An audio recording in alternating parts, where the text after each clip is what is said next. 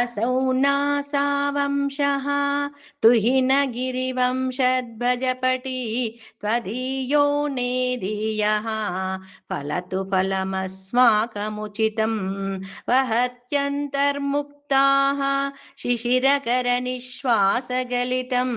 समृद्ध्यायत्तासां बहिरपि च मुक्ता मणिधरः प्रकृत्या रक्तायाः तव सुदतिदन्तच्छदरुचे प्रवक्ष्ये सादृश्यम् जनयतु फलं पितृमलता न बिम्बं तद्बिम्बा प्रतिफलनराघाधरुणितं तुलामध्यारोढुं कथमिव विलज्जेत कलया स्मितज्योत्स्नाजालं तव वदनचन्द्रस्य पिबतां चकोराणामासीत् अतिरसतया चञ्चुजडिमा अतस्ते शीतांशोः अमृतलहरीमाम्लरुचयः पिबन्ति सच्छन्दं निशि निशि भृशं काञ्जिकधिया अविश्रान्तं पत्युः गुणगणकथाम्रीडन जपा पुष्पच्छाया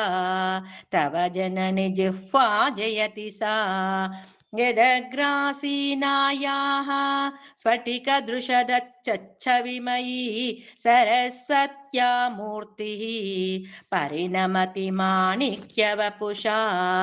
रणे जित्वा दैत्यान् अपहृतशिरस्रैः कवचिभिः निवृत्तैश्चण्डांश त्रिपुरहर निर्माल्य विमुखैः विशाखेन्द्रोपेन्द्रैः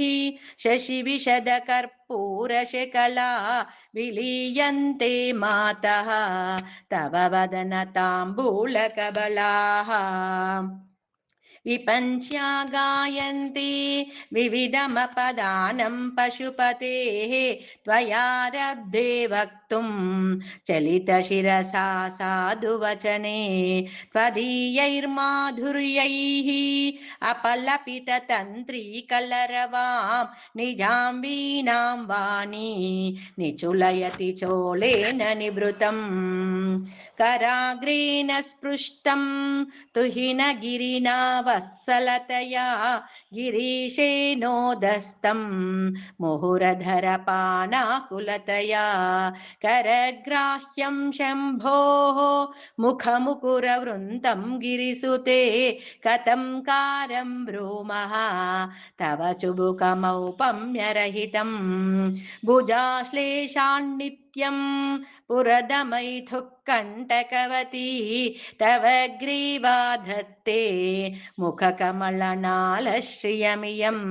स्वतः श्वेता कालागरु बहुलजम्बालमलिना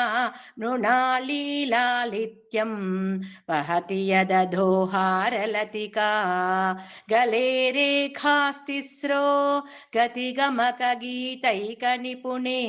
विवाहव्यानद्धा प्रगुणगुणसङ्ख्या प्रतिभुवः विराजन्ते नानाविधमधुररागाकरभुवा त्रयाणां ग्रामाणां स्थितिनियमसीमान इव ते मृणालीमृद्वीनां तव भुजलतानां चतसृणां चतुर्भिः सौन्दर्यं सरसिजभवस्तौतिवदनैः